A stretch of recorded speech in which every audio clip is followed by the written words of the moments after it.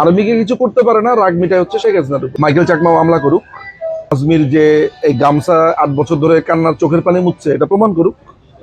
আমি সরকার বলতে রাজি আছি, কিন্তু সরকারের আগে আমি একটি শব্দ বলতেও রাজি আছি, সেটা হচ্ছে দখলদার সরকার। তাহলে আমি আপনাকে সরকার শব্দটা ইউজ করতে পারি। যে বাংলাদেশের মানুষের sense of law, sense of ডায়ালেক্টে সিরিয়াস টাইপের প্রবলেম আছে। একটা লোক 14 মাইল দূরের থেকে দৌড়া আসলে একটা জোরে বল করলে সেটা পেস বল হয় না, কিংবা একটা মানুষ ধরেন আস্তে বল করলো ওটা স্পিন বল হয় না। মানুষ মনে করে আস্তে মারলে স্পিন, জোরে মারলে পেস।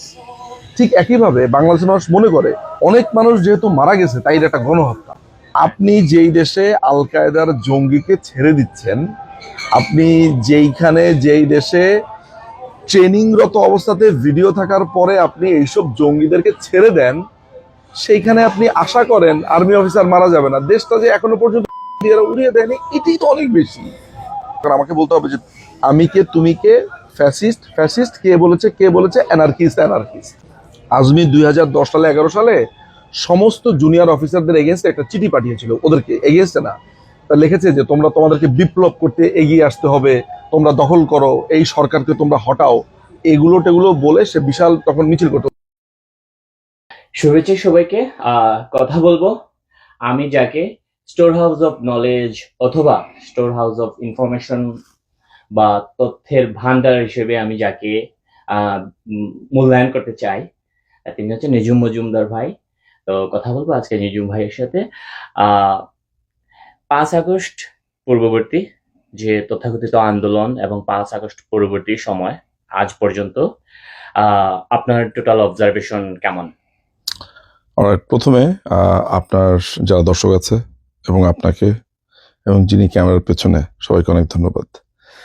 5ই আগস্টের পূর্ববর্তী এবং পরবর্তী দুইটা সেগমেন্টকে যদি ভাগ করি, তাহলে আমার কাছে যেটা মনে হয় সেটা হচ্ছে যে 5ই আগস্টের আগে যখন আমরা বলছি, তখন আমাদের মাথাতে সবার আগে আসে যে ছাত্ররা কিছু দাবি দাওয়া নিয়ে আন্দোলন শুরু করেছে, সেই দাবির ভেতরে নানান ধরনের মানুষের সংমিশ্রণ ঘটেছে, নানান ধরনের এজেন্ডা, নানান ধরনের উদ্দেশ্য নিয়ে বিভিন্ন রকমের মানুষ সেখানে এসেছে। এই আন্দোলন শুরু থেকে আমি বারবারই বলেছি এটি একটি ফালতু, একদম যাকে বলে হচ্ছে উদ্দেশ্য প্রণোদিত একটা দাবি।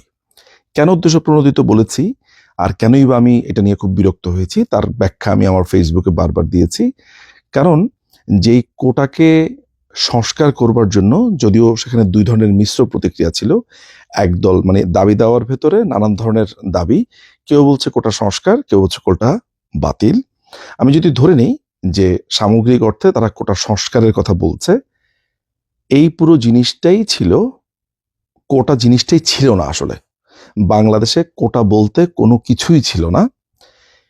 এই কোটা না থাকার পরে একজন মুক্তিযোদ্ধার সন্তান দাবি করে এক ভদ্রলোক আদালতে গিয়েছে যে এই কোটাটাকে ফেরত আনবার জন্য। তিনি সেই রিট আবেদন করেছিলেন 2021 সালে। আই ডোন্ট নো ওয়াই 2024 সালের জুন মাসে বিচারপতিরা সেটাকে লিস্টে এনেছেন এবং তারা রায় দিয়েছেন যে প্রধানমন্ত্রী যেই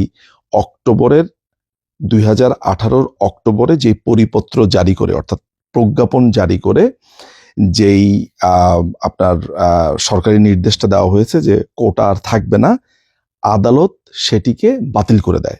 অর্থাৎ প্রধানমন্ত্রী 2018 সালের ওই প্রজ্ঞাপন জারির আগে কোটা যেরকম 30% ছিল সেটি আবার ফেরত আসে। এটি আসবার পরে ছাত্ররা রাস্তায় নামে, তারা বলে যে কোটা আবার ফেরত এসেছে, কিন্তু সরকার বারবারই বলছে যে একেবারেই তা না, কারণ সেটি হাইকোর্টের রায় ছিল। সরকার নিজেই এটার বিরোধিতা করে অ্যাপিলেট ডিভিশনে গেছে। তাহলে ব্যাপারটা কি দাঁড়াচ্ছে? কোটা বাতিল করেছে সরকার, সেটাকে চ্যালেঞ্জ করেছে একজন ইন্ডিভিজুয়াল, সরকার আবার সেটার বিরুদ্ধে গেছে হচ্ছে অ্যাপিলেট ডিভিশন। তার মানে কি সরকার কোটার বিরুদ্ধে, যারা আন্দোলন করছে তারা কিসের বিরুদ্ধে? কোটার বিরুদ্ধে। তাহলে সরকারের দাবি আর যারা আন্দোলন করে তাদের দাবি এক। এই জিনিসটা যখন আমরা বারবার বোঝানোর পরেও তারা বুঝলো না, তখন আমরা বুঝেছি যে আমি যদি ভাতের খিদা আছে এটার জন্য আমি কান্নাকাটি করি, আমার মা যদি ভাতের প্লেট নিয়ে আসে নিয়ে আসার পরে আমি যদি বলি আমাকে ভাত দাও ভাত দাও ভাত দাও, তো আমার মা বললো ভাতের প্লেট তোমার সামনে, আমি তো নিয়ে এসেছি ভাত। তখন বুঝতে হবে আমি ভাতের জন্য কাচ্ছি না, বুঝতে হবে আমি মাকে বিরক্ত করবার জন্য কাচ্ছি। এই তো ঘটনা। ফলে 5ই আগস্টের পুরো সময়টা আমার জন্য ছিল প্রচন্ড প্রথম দিকে বিস্ময়ের। পরের পরের সময় যখন বুঝেছি যে বিস্ময়ের কিছু নেই, এটা একটা ষড়যন্ত্র, তখন সেখানে বিরক্তির উৎপাদন হয়েছে, ক্রোধান্বিত হয়েছি। কিন্তু বারবারই বলেছি যে কোনো ধরনের রক্তপাত চাই না, রক্তহীন একটা সমাধান চাই।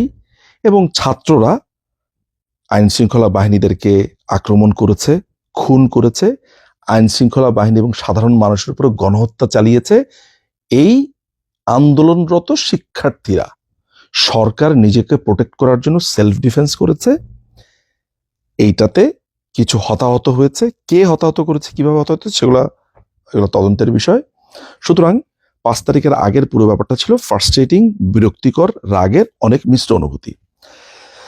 5 তারিখের পরে যেটা হয়েছে, সরকার যাতে রক্তপাত না হয়, সরকার দেশের মানুষের ভালোর জন্য, আমি অন্তত পক্ষে তাই মনে করি, মাননীয় প্রধানমন্ত্রী, যিনি বর্তমান বাংলাদেশের প্রধানমন্ত্রী, তিনি আপনার যেটা করেছেন সেটা হচ্ছে যে তিনি বলেছেন ঠিক আছে, আমি যদি ক্ষমতাতে না থাকলে তোমরা ভালো থাকো, তোমরা যদি তাড়াতে পারো ঠিক আছে। তিনি তখন ক্ষমতা ছেড়ে দেন এবং বাংলাদেশের যারা আপনার আইন শৃঙ্খলা বাহিনী আছে, যারা আপনার বাংলাদেশের আইন শৃঙ্খলা দেখে সেনাবাহিনী, তারাই কর্ডন করে বাংলাদেশের মাননীয় প্রধানমন্ত্রীর সেফটির জন্য অন্য আরেকটি স্থানে, অন্য আরেকটি জায়গাতে তাকে স্থানান্তরিত করেন। এখন বর্তমানে সে অবস্থাতেই আছে। ফলে ওইটা আমার জন্য কষ্টের ছিল, যেহেতু আমার প্রধানমন্ত্রী এই ধরনের একটা ঝামেলা তাকে পোহাতে হচ্ছে, সমস্যা পোহাতে হচ্ছে। ফলে আপনার প্রশ্নের যেই উত্তর সেটি হচ্ছে যে 5 তারিখের আগে আমার মিশ্র নানান ধরনের অনুভূতি ছিল। 5 তারিখের পরে খানিকটা বেদনা সিক্ত, কারণ আমি জানি যে এই অবস্থার উত্তরণ ঘটবে এবং আলো আসবে, এবং আমি এটা মনে করি যে আধার কেটে যাবে, এবং একই সাথে মনে করি যে আমি আমার মাথা উঁচু করে আবার বাঁচতে শিখব। বাংলাদেশ এখন যে মৌলবাদের দেশ হয়েছে, যেই পাকিস্তান, আমি বলি পাকিস্তানের থেকেও বাজে অবস্থা হয়েছে। আপনি জানেন যে কি ঘটছে দেশে, গণহত্যা হয়েছে, বাংলাদেশটাকে পুরোপুরি পাকিস্তানিকরণ হয়েছে। সেই জায়গা থেকে আমরা খুব শীঘ্রই ফিরে আসব, এই মুহূর্ত আমার কাছে প্রতিজ্ঞায় এবং প্রতিজ্ঞায়। আচ্ছা, একটা কথা প্রচলিত আছে, মোটামুটি আমরা জানি। আচ্ছা, আপনি কি মনে করেন শেখ হাসিনা দেশ থেকে বাধ্য হয়েছেন? উত্তরটা আমি এইভাবে দিই, মাননীয় প্রধানমন্ত্রীকে দেশ থেকে বাধ্য করা হয়েছে। তিনি হয়েছেন আমি এটা বলবো না, কারণ তিনি আসলে এই ধরনের, তিনি কোনোভাবেই বাংলাদেশ থেকে যেতে চান নাই। তিনি তার নিজের দেশে এটাকে ফেস করতে চেয়েছেন, কিন্তু তাকে যেহেতু হত্যা করবার জন্য প্রচেষ্টা করা হয়েছে, আইন শৃঙ্খলা বাহিনী সেটা বুঝতে পেরেছে, তার ফ্যামিলি মেম্বাররা, ফলে একটা পর্যায়ে তাকে বাধ্য করা হয়েছে। মাননীয় প্রধানমন্ত্রী মৃত্যুর জন্য প্রস্তুত ছিলেন, এখনো আছেন। তিনি বঙ্গবন্ধুর কন্যা সবসময় বলেন যে আমি মৃত্যুর জন্য প্রস্তুত, যে কোনো পরিস্থিতির জন্য প্রস্তুত। ফলে আমার উত্তরটা হবে, বা আমি যেটা বলি বা আমি যেটা বিশ্বাস করি, সেটা হচ্ছে তাকে বাধ্য করা হয়েছে, তাকে জোর করা হয়েছে, এবং সে কারণে তিনি এই মুহূর্তে। তার মানে তারা যেটা প্রচার করতেছে শেখ হাসিনা পালিয়ে গেছেন, তার মানে কি এটা কি তারা এটা বলে একটা তৃপ্তি পাওয়ার জন্য এটা বলতেছে? আর যে আমরা যে সার্কামস্ট্যান্সেস গুলো আমরা যে দেখি, পারিপার্শ্বিক অবস্থা, শেখ হাসিনা দেশ থেকে, আমি যেটা মনে করি দেশ থেকে বাধ্য করা হয়েছে। আপনার কি মনে হয় যে তিনি পদত্যাগ করেছেন? আর যদি তিনি পদত্যাগ করলেন, কার কাছে পদত্যাগ করলেন? আবার তিনি আমরা দেখলাম যে তিনি যে গেলেন সেখানে সেনাবাহিনীর হেলিকপ্টার বা অনেক কিছু।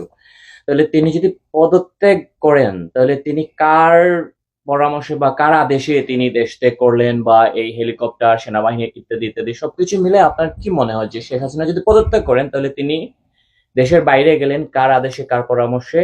টোটাল বিষয়টা আপনি কিভাবে দেখেন? আচ্ছা, প্রথম কথা হচ্ছে মাননীয় প্রধানমন্ত্রী শেখ হাসিনা তিনি পদত্যাগ করেননি। এটা আমি বললে যতটা না সঠিক মনে হতে পারে কারো কাছে, সবচাইতে বেশি সঠিক মনে হতে পারে মাননীয় প্রধানমন্ত্রী নিজের মুখে বললে। আপনারা জানেন যে মাননীয় প্রধানমন্ত্রী এটি নিজের মুখে বলেছেন, তার সন্তান বলেছেন, আমি ধরে নিলাম তার সন্তান এবং আমরা সেম ক্যাটাগরি আছি, থার্ড পার্টি, যাকে নিয়ে আলোচনা হচ্ছে তিনি বলেছেন তিনি পদত্যাগ করেননি। এটা একটা ব্যাপার। আবার আরেকটি ব্যাপার আপনি জানেন যে বাংলাদেশের যে সংবিধানের যে 57 ধারা আছে, 57 ধারার কয়েকটা পোর্শন আছে। 57 ধারা তো ঠিক না, সংবিধানের ক্ষেত্রে অনুচ্ছেদ। সংবিধানের 57 অনুচ্ছেদের ক এবং খ এই দুটি উপ অনুচ্ছেদে পরিষ্কার করে বলা আছে মাননীয় প্রধানমন্ত্রী কখন পদত্যাগ করেছেন বলে ধরে নেওয়া হবে। একটা স্যাম্পল দেই, একটা হচ্ছে যদি উনি নিজে যদি লিখিতভাবে পদত্যাগ করেন সেটা, দ্বিতীয়ত হচ্ছে তার যে সভাসদরা আছেন অর্থাৎ যে সংসদ সদস্যরা আছেন তারা যদি তার ব্যাপারে বিরুদ্ধ মতামত দেন, অনাস্থা আনেন, সেই ক্ষেত্রে 57 ধারার 2 পরিষ্কার করে বলা আছে যে যদি ওই অনাস্থাটা হয়ে থাকে সেটির ক্ষেত্রে মাননীয় প্রধানমন্ত্রী প্রেসিডেন্টকে বলবেন যে সংসদ ডিসলভ করে দিতে। এই ঘটনার মানে সংবিধানটাকে যদি আমরা গণায় ধরি তাহলে সংবিধানের এই একটি ঘটনাও ঘটেনি, ফলে মাননীয় প্রধানমন্ত্রী পদত্যাগ করেছেন এটা বলা যায় না। আরেকটা সেগমেন্ট এখানে আসবে, যদি তিনি পদত্যাগ করে থাকেন, আমি যদি যুক্তির খাতিরে ধরে নেই উনার পরে যিনি প্রধানমন্ত্রী হবেন, অর্থাৎ আরেকটি ইলেকশন হবে, ইলেকশনের মাধ্যমে জয়ী দল এসে বা সেম দলই জয় করলো, অন্য আরেকজন প্রধানমন্ত্রী হলো, তখন অন্য আরেকজন যখন সিদ্ধান্ত নেওয়া হবে যে ইনি প্রধানমন্ত্রী হবেন তখন তার কাছে উনি হস্তান্তর করবেন। বুঝতে পারছেন? তার মানে মাননীয় প্রধানমন্ত্রী যদি পদত্যাগও করেন পরবর্তী প্রধানমন্ত্রী আসার আগ পর্যন্ত তিনি প্রধানমন্ত্রী। পরিষ্কার ব্যাপারটা? এটা কার কথা? আমার কথা না, বাংলাদেশের গণপ্রজাতন্ত্রী বাংলাদেশের সংবিধানের কথা। এই সংবিধানের আইনটা কখন হয়েছে? 72 হয়েছে। এটা আমি আজকে আর কালকে আপনি বানাইনি। ফলে সংবিধান আপনাকে মানতে হবে। নিয়ম, সংবিধান কি? সংবিধান একটি দেশের অ্যাপেক্স ল, সর্বোচ্চ আইন, তাই তো? আচ্ছা, এইটা গেল একটা। এখানে আরো ব্যাপার আছে পদত্যাগের ব্যাপারে, আরো দুটো জিনিস যোগ করার আছে। যেমন সেনাবাহিনী প্রধান তিনি একটি সাক্ষাৎকারে কয়েকদিন আগে একটি টিভিকে বলেছেন যে মাননীয় প্রধানমন্ত্রী কখন গেছেন তিনি জানেন না। এর আগে তিনি বলেছেন যে উনি পদত্যাগ করেছেন। তো উনি যদি জানেনই না প্রধানমন্ত্রী কখন গেছেন, তাহলে আগে যে তিনি বলেছেন পদত্যাগ করেছেন সেটা মিথ্যা। আর যদি প্রথমটা সত্যি হয় যে উনি জানে পদত্যাগ করেছে, তাহলে ওনার পরের কথাটা মিথ্যা। তাহলে দুটার একটা কথা মিথ্যা। একটা মানুষের যদি কোনো একটা কথা মিথ্যা হওয়ার সম্ভাবনা থাকে তাহলে তার কোনো কথার উপরে আপনি রিলাই করতে পারেন না। ফলে বেনিফিট অফ ডাউট সব সময় যাকে নিয়ে আলাপ হচ্ছে তার পক্ষে যায়। কাকে নিয়ে আলাপ হচ্ছে? মাননীয় প্রধানমন্ত্রী Sheikh Hasina. So benefit of ডাউটটা আপনি মাননীয় প্রধানমন্ত্রীকেই দিবেন। কি দিবেন? হোয়াট ইজ দ্য, এখানে কিন্তু ব্যালেন্স অফ প্রবাবিলিটি না। ব্যালেন্স অফ প্রবাবিলিটি এবং বেনিফিট অফ ডাউট অনেক দর্শকের কাছে একটু দুর্বোধ্য মনে হতে পারে। দর্শকদের জন্য একটু বুঝিয়ে বলা দরকার যে এই ধরনের ক্ষেত্রে বেনিফিট অফ ডাউট হচ্ছে যে কোনো ধরনের একটা সন্দেহ যদি কোনো ঘটনাতে থাকে তাহলে অলওয়েজ এই সন্দেহের বেনিফিটটা তিনিই পান যাকে অ্যাকিউজ করা হচ্ছে। আর ব্যালেন্স অফ প্রবাবিলিটি হচ্ছে এরকম যে সম্ভাবনা আছে, সেইটাও আসলে যার সম্পর্কে কথা বলা হচ্ছে তার পক্ষে যায়। ফলে বেনিফিট অফ ডাউটটা মাননীয় প্রধানমন্ত্রীর পক্ষে যায়, অর্থাৎ মাননীয় প্রধানমন্ত্রীর কথাটা সঠিক। আচ্ছা, আমার এই আলোচনাটা যদি মানে খুব বেশি দুর্বোধ্য না হয়ে থাকে, বোঝার মতো হয়ে থাকে, তাহলে এটা খুবই পরিষ্কার যে মাননীয় প্রধানমন্ত্রী শেখ হাসিনা এখনো পর্যন্ত বাংলাদেশের মাননীয় প্রধানমন্ত্রী। এবং যখন এটা নিয়ে তো বাংলাদেশে ডেফিনেটলি আইন হবে, আদালত হবে, বিচার হবে, সেদিন আপনারা দেখবেন যে এখন যে রেজিম চলছে, যে ইন্টারিম গভর্নমেন্ট, এই ইন্টারিম গভর্নমেন্ট বলে কোনো কিছু তো আমার সংবিধানে নাই। আমার সংবিধানে কোনো কিছু নাই। আপনি সেই সংবিধান থেকে একটা জিনের দৈত্য বাইর করলেন, সেই দৈত্য দিয়ে আপনি দুনিয়ার কাজ করলেন।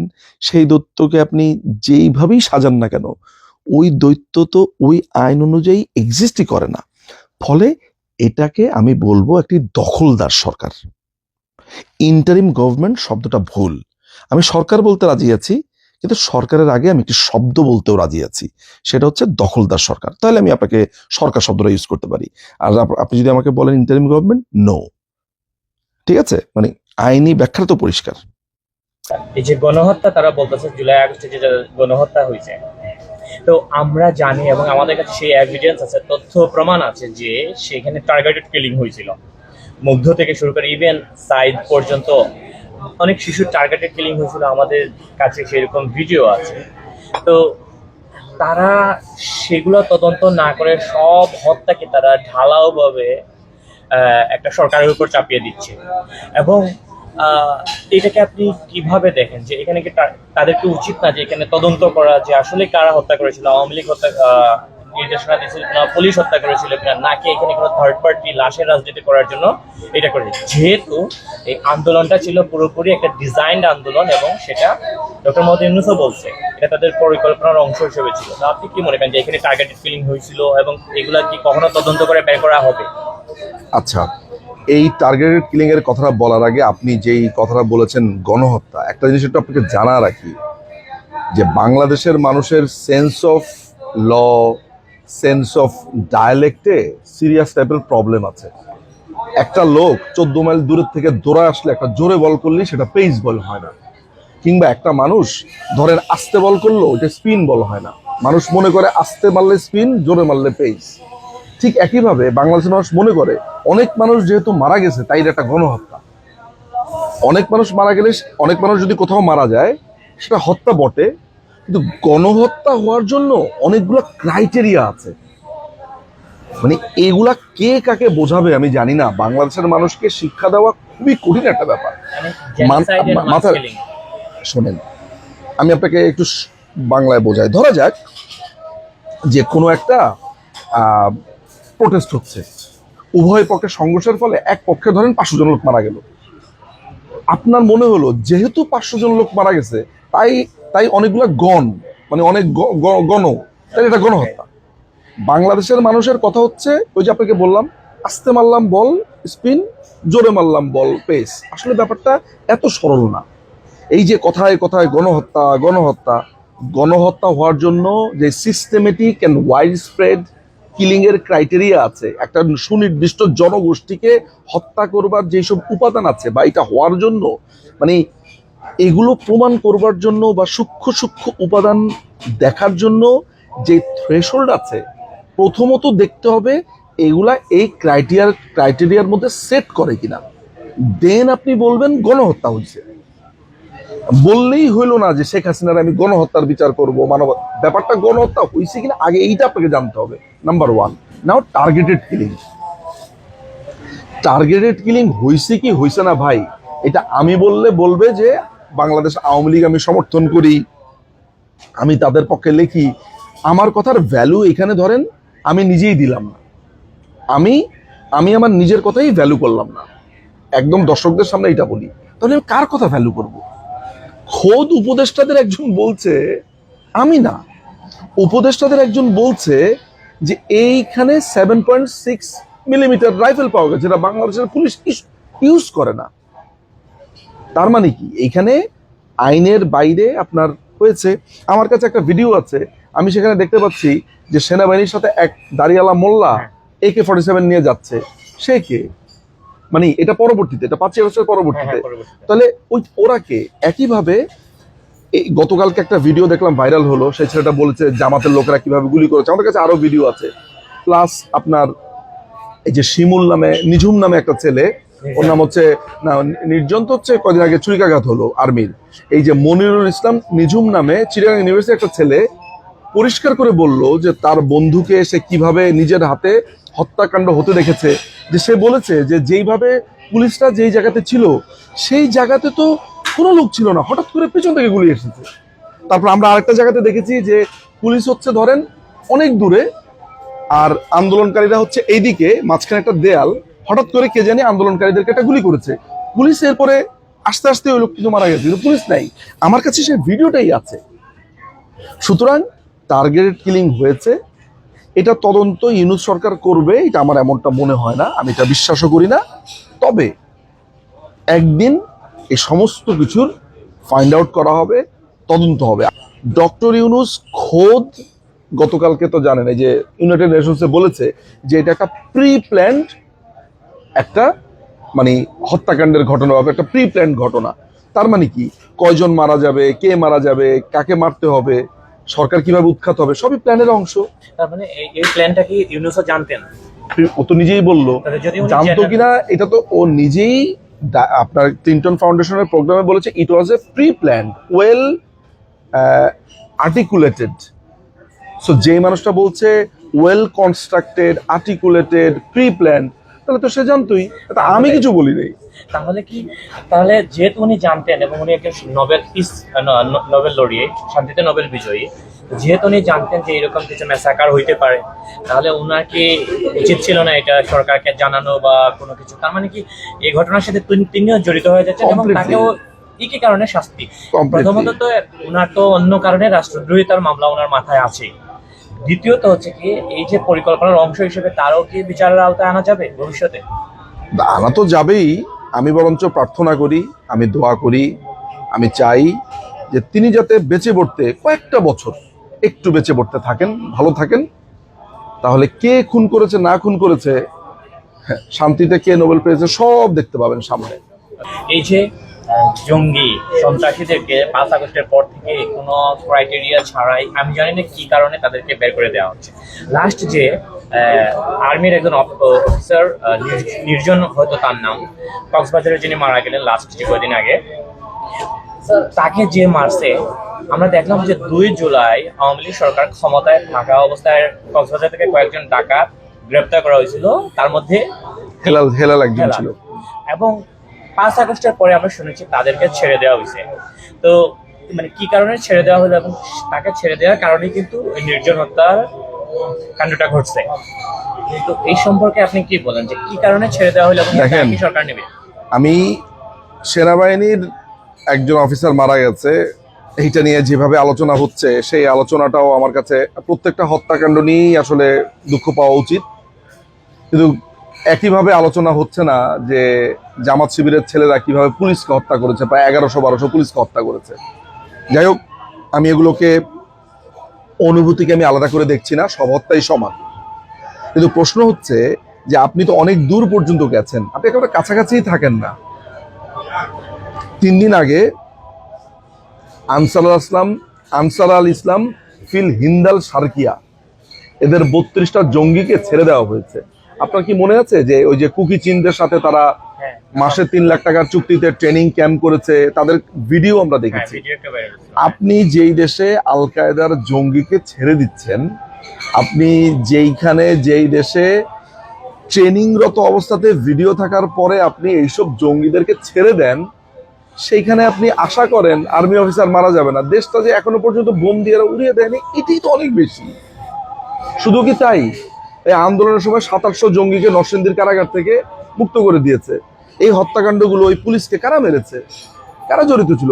হিজবুত তাহরিরের মতো নিষিদ্ধ সংগঠন, তারা মিছিল বের করেছে, তারা মানে ঘোষণা দিয়ে বিবিসিকে বলছে যে আমরা এই আন্দোলনে ছিলাম।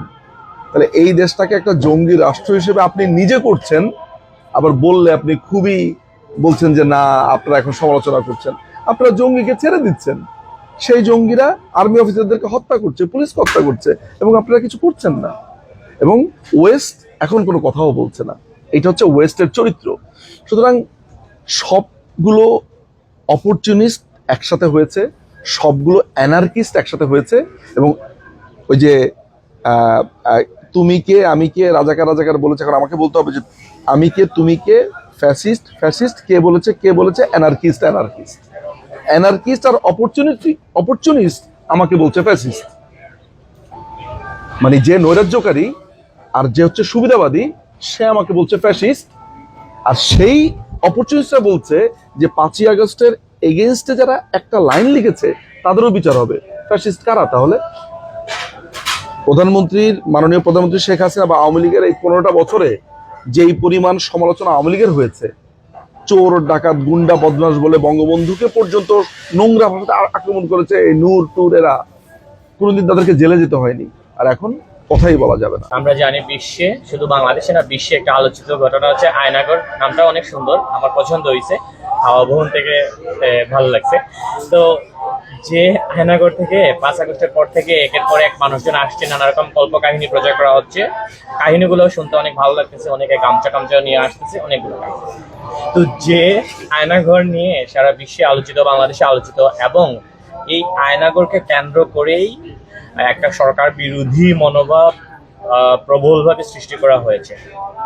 এবং এত আলোচিত আয়নাঘর, সেই আয়নাঘর সম্পর্কে কিছুদিন আগে ডক্টর মোহাম্মদ ইউনূস বললেন যে আয়নাঘর বন্ধ করে দেওয়া হচ্ছে। আমার কথা হচ্ছে, যে আয়নাঘর নিয়ে এত কথা, যে আয়নাঘর নিয়ে আওয়ামী লীগের সমালোচনা, শেখ হাসিনার সমালোচনা, শেখ হাসিনাকে ফাঁসিতে ঝুলানো হবে, এই অনেক কিছু, এত বড় একটা ঘটনা ঘটে গেল বাংলাদেশে কোনো সাংবাদিককে নিয়ে আয়নাঘর না দেখাইয়া, বা কোনো সুশীল সমাজ, তথাকথিত সুশীল সমাজ বা কাউকে, বা ইন্টারন্যাশনাল মিডিয়াকে, বাংলাদেশের মিডিয়াকে না দেখাইয়া আয়নাঘর বন্ধ করে দেওয়াটাকে আপনি কিভাবে দেখেন? ব্যাপারটা হচ্ছে এমন যে, ধরেন যেটার অস্তিত্ব নাই সেটা খোলা হয়েছে, সেখানে খোলা হওয়ার পরে সেটা নিয়ে আলোচনা হয়েছে এবং সেটা আবার বন্ধ ঘোষণা করা হয়েছে। অর্থাৎ যে কোনোদিন জন্মায়নি তার মৃত্যু হয়ে গেছে, ব্যাপারটা একেবারেই তাই। তাহলে আপনি আমাকে প্রশ্ন করতে পারেন, তাহলে আয়নাঘর বলে কিছু নাই? মজার ব্যাপার হচ্ছে যে সরকারের সাথে অনেক ধরনের পাঙ্গা নেওয়া যায়, শেখ হাসিনার পিন্ডি চটকানো যায়, আপনি রাজনীতিবিদদের বিরুদ্ধে অনেক কিছু বলতে পারবেন, কিন্তু পারবে না হচ্ছে আর্মির সাথে। এখন আয়নাঘর নিয়ে কেন বলে না জানেন? কারণ সেনাবাহিনীর কেউ যখন অপরাধ করে তখন তাদের বিচার প্রক্রিয়া আছে, ওই বিচার প্রক্রিয়ার পরে তাদের সেখানে সেল আছে। তারপরে অনেক সময় শর্ট টার্মে শাস্তি দেওয়া হয়, অনেক সময় জঙ্গিদেরকে ধরে জয়েন্ট ইন্টারোগেশন সেল বলে সেল আছে। এইসবের জন্য যেই বিল্ডিংটা ছিল এইটার নাম দিয়েছে তারা আয়নাঘর। যারা এটার নাম আয়নাঘর দিয়েছে তারা জানে আয়নাঘর টায়নাঘর মানে এটা তো একটা নাম। এইটা বাংলাদেশে সব সময় ছিল জয়েন্ট ইন্টারোগেশন সেল। তো আপনি এই দেশে, আজকে আমরা এখানে আমেরিকাতে আছি, আমেরিকাতে একটা টেরোরিস্টকে ধরলে কোথায় নিয়ে যায়? ব্রিটেনে টেরোরিস্ট ধরলে কোথায় নিয়ে যায়? ওদের গোপন জিজ্ঞাসাবাদের জায়গা আছে। দেখার বিষয় হচ্ছে সেখানে টর্চার হচ্ছে কিনা। আমার প্রশ্ন হচ্ছে, আয়নাঘরে টর্চার হয়েছে, আয়নাঘরে টর্চার করে কেউ মারা গেছে, আয়নাঘরে টর্চার করে তাকে করা হয়েছে, এই পর্যন্ত কোনো আদালতে এই আয়নাঘর যেহেতু সেনাবাহিনী চালিয়েছে বলে বলা হচ্ছে, সেনাবাহিনীর বিরুদ্ধে মামলা দেখ, ওই যে ওয়াকারের বিরুদ্ধে মামলা দেখ, হুজুরটা মানে আর্মির হুজুর যে আছে সবচেয়ে বড় মৌলবাদী, ওর বিরুদ্ধে মামলা দেখ, ওর বিরুদ্ধে মামলা দিয়ে বলুক যে আপনি আর্মির চার্জে আছেন, আয়নাঘর আপনার এরিয়াতে ছিল, আপনার বিরুদ্ধে মামলা। সেটা দেয় না কেন? সেইটার রাগটা মানে আর্মিকে কিছু করতে পারে না, রাগ মিটাই হচ্ছে শেখ হাসিনার উপরে। তাহলে আমাদেরকে দেখাক। তাহলে এই যে আজমি বা মাইকেল চাকমা, তো ওরা কোথায় ছিল? মানে ওরা কি আত্মগোপনে ছিল? মানে ওরা কই থেকে বের হয়ে আসলো? মাইকেল চাকমা মামলা করুক, মাইকেল চাকমা মামলা করে সেটা প্রমাণ করে আসুক, আমরা জানি। তারপরে আজমির যে এই গামছা 8 বছর ধরে কান্নার চোখের পানি মুছছে, এটা প্রমাণ করুক। হ্যাঁ, তারপরে আপনি কি জানেন যে আজমি কি করতো? আজমি 2010 সালে 11 সালে সমস্ত জুনিয়র অফিসারদের এগেনস্টে একটা চিঠি পাঠিয়েছিল, ওদেরকে এগেনস্টে না, তা লিখেছে যে তোমাদেরকে বিপ্লব করতে এগিয়ে আসতে হবে, তোমরা দখল করো, এই সরকারকে তোমরা হটাও, এগুলো বলে সে বিশাল তখন মিছিল করতো। ওকে জিজ্ঞাসাবাদের জন্য তখন সেনাবাহিনী ডাক দিয়েছিল বলে আমি শুনেছি। ও যে অভিযোগ করছে মাননীয় প্রধানমন্ত্রীর উপরে, একবারের জন্য তো অভিযোগ করছে না সেনাবাহিনীর উপরে। সেনাবাহিনীর উপরে অভিযোগ করুক, তারপরে তাকে যে জিজ্ঞাসাবাদ করেছে তাদেরকে অভিযোগ করুক, তাদের নামে পারলে সে মামলা করুক, প্রমাণ করুক, তারপর আমরা বুঝবো। যেই জিনিসটা নাই, যে জিনিসটার বিরুদ্ধে অভিযোগ আসলো না, কাউকে টর্চার করেছে, এখন সে মুক্ত, বলছে সে মুক্ত, সে মামলা করছে না কেন? আর মামলা যদি করে তাহলে মামলাটা শেষ হোক, দেখেন আমরা দেখবো কি আছে, আয়নাঘর আছে না নাই। ডক্টর ইউনূস এই জাতিসংঘের যে অধিবেশনে যোগদান করছিল, নিউ ইয়র্ক টাইমসকে দেয়া এক সাক্ষাৎকারে মানে সাংবাদিক তাকে জিজ্ঞেস করছিলেন যে বাংলাদেশে যে স্ট্রিট ভায়োলেন্স বা মব লিঞ্চিং যে হচ্ছে, এইটার সম্পর্কে তার মতামত জানতে চাইছিল। এবং বাংলাদেশ প্রশ্নে এই সমস্ত প্রশ্ন করায় তিনি খুবই বিরক্ত বোধ করেছিলেন, এবং তিনি পাল্টা প্রশ্ন করেছেন যে প্রমাণ দেখাইতে। এবং বাংলাদেশের স্ট্রিট ভায়োলেন্স বা মব লিঞ্চিং বা মব জাস্টিস যে নামে আমরা ডাকি না কেন, অর্থাৎ উশৃঙ্খল জনতার উন্মাদনা বা বিচার যেটাই বলি না কেন, এরকম কোনো ঘটনা ঘটতেছে না। উল্টো তিনি সাংবাদিককে বলছেন যে বাংলাদেশে গিয়ে তাকে উদাহরণ তুলে ধরার জন্য। কিন্তু আমরা দেখতেছি যে 5 আগস্ট পর থেকে যা হয়েছে সবই হচ্ছে এই মবের মাধ্যমে বা mob কে বললো। ডেফিনেটলি। এই সম্পর্কে তাদের কি উনি মিথ্যাচার করছেন? হ্যাঁ, মিথ্যাচার তো তিনি প্রতিদিনই মিথ্যাচার করছেন। ডক্টর ইউনূস মানে আমাদের কাছে এই মুহূর্তে আমি আপনাকে একটু জাস্ট এই প্রশ্নটার বাইরে গিয়ে বলি, আমাদের কাছে অসংখ্য প্রমাণ আছে ডক্টর মোহাম্মদ ইউনূসের দুর্নীতির। দুর্নীতি যখন থাকবে সেই দুর্নীতির মধ্যে মিথ্যাচার ছাড়া দুর্নীতি হয় না। সেই দুর্নীতি, তার অর্থ পাচারের ব্যাপারে অভিযোগ তো আছেই, এবং সবচাইতে বড় ব্যাপার হচ্ছে যে আপনারা জানেন যে কিছুদিন আগে সে 13 কোটি টাকা ট্যাক্স দিতে বাধ্য হয়েছে, চেক আপনারা নিশ্চয়ই দেখেছেন। ওইটার ব্যাপারে সে বলছে যে এইটা আমার লয়ার জানতো, আমি জানতাম না। আপনি এত বড় নোবেল লরিয়েট, আপনি জানতেন না যে কোনটা ট্যাক্স দেওয়া লাগবে আর কোনটা ট্যাক্স দেওয়া যেত না? তো মিথ্যা সবাই জানে। যে চুরিতে ধরা পড়ার পরে মিডিয়ার সামনে এসে মিথ্যা কথা বলে, যেখানে দিনের পর দিন মানুষকে মব লিঞ্চিং করে মারছে, খুন করছে, একজন লোক ও আওয়ামী লীগ 5ই আগস্টের সাপোর্টার ছিল না, এরকম বলে বলে মারছে। এমনকি এখানকার যে কথিত সমন্বয়করা, তাদের মধ্যে একজন আছে চিটাগাং ইউনিভার্সিটির রাফি নামে একটা ছেলে, যে নিজে মুক্তিযোদ্ধা কোটাতে ইউনিভার্সিটিতে ভর্তি হয়ে মুক্তিযোদ্ধা কোটার এগেনস্টে গেছেন। সেই ছেলেটাকে তখন মনে আছে, সে বলছিল 15 সেকেন্ডে সেই সাংবাদিকদের এক্স্যাক্টলি 15 সেকেন্ডের ভিতর সাংবাদিককে চলে যেতে। সেই ছেলেটি আজকে থেকে 3-4 দিন আগে ফেসবুকে স্ট্যাটাস দিয়েছে এই বলে যে 5ই অগাস্টের বিরোধিতা যারা করেছে তাদেরকেও আইনের আওতায় আনতে হবে। মানে আপনি যদি বলেন যে আমি 5ই অগাস্টের এই যে তোমরা যেটাকে আন্দোলন করেছো, এই আন্দোলনের সাথে আমি একমত নই, এইটা বললেও আপনার বিচারের আওতায় আনতে হবে। এরকম একটা বাস্তবতাতে যখন ইউনূস বলে যে মব লিঞ্চিং হচ্ছে না, এইটার অস্তিত্ব নাই, বা তোমরা দেখে আসো, বা হোয়াট এভার ইট ইস, তো মানে বলা যায় মানে জলজ্যান্ত মিথ্যাচার। ওর জীবনী কেটেছে মিথ্যাতে, ওর জীবনী কেটেছে অসাধু উপায়ে। এটা প্রমাণ সহ আছে, যেমন ট্যাক্স দিতে হয়েছে। সুতরাং যখনই তাকে ট্যাক্স ফাঁকির ব্যাপার আসে, মিথ্যাচার আছে। তারপরে এই প্রসঙ্গে আমার একটা প্রশ্ন আছে, তার নামে তো অনেকগুলো মামলা ছিল, কিন্তু উনি ক্ষমতায় আসছেন বা আসার আগেই তার মামলাগুলো কোন ক্রাইটেরিয়াতে এগুলো ক্ষমতার বিচার বিভাগের উপর হস্তক্ষেপ করেছে একজন প্রধান, মানে সবকিছুই তো কনফ্লিক্ট অফ ইন্টারেস্ট। তিনি ক্ষমতায় আসার পরপর, মানে অবৈধভাবে ক্ষমতায় আসার পরপর তার সমস্ত মামলা খারিজ হয়ে গেছে। তাহলে বুঝতে হবে যে বিচারকে তার নিজের গতিতে তিনি চলতে দেন নাই।